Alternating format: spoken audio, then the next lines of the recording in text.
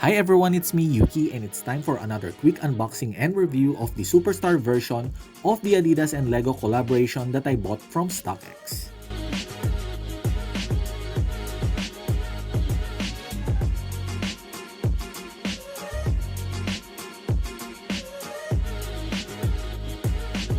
I really like the shoebox design, which is inspired by a Lego brick.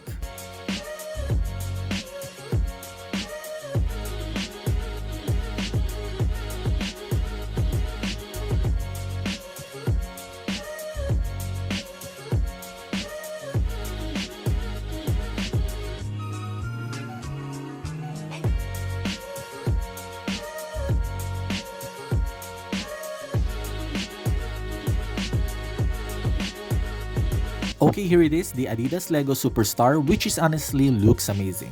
The attention to details is very impressive, and you can even see the Lego text in the studs similar to the Lego tiles, which forms the three black stripes.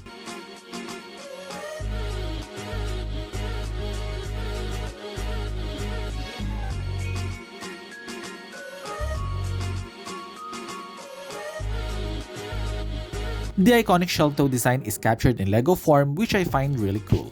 Similar to the stripes, you can also see the Lego text in the studs. As usual, the toe cap and midsole are perfectly stitched, which add to the durability and build quality of the shoes.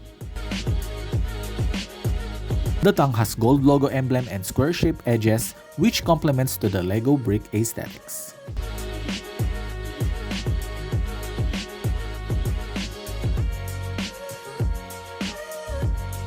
Well, I can already say that this is perfect for sneaker fans and Lego enthusiasts alike.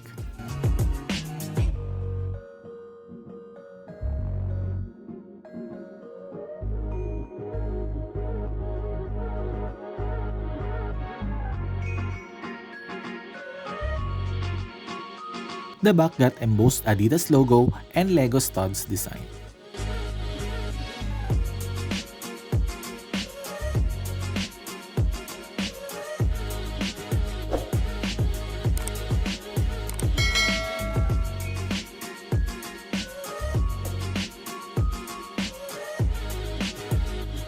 There's nothing special with the insole, this is just simple yellow with logos.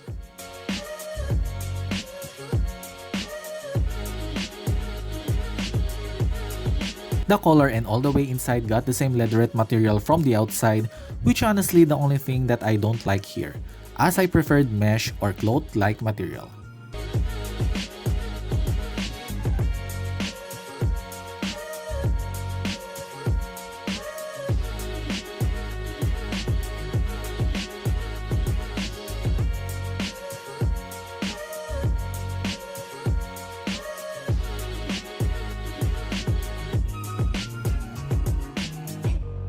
In case you are wondering if you can put actual Lego parts to customize this, the answer is no, because the studs are a bit smaller in diameter compared to the actual Lego size.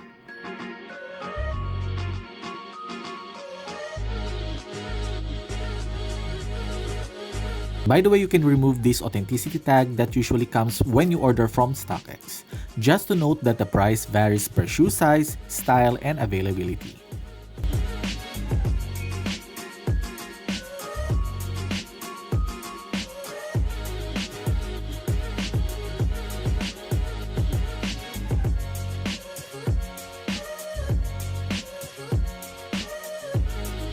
I bought this on sale after the new year for $112, including the import duties, shipping, and taxes. Overall, the Adidas Lego Superstar is a must-have for anyone who loves sneaker, Lego, or both. The design offers a playful yet unique shoes that stand out, and the build quality is excellent as well.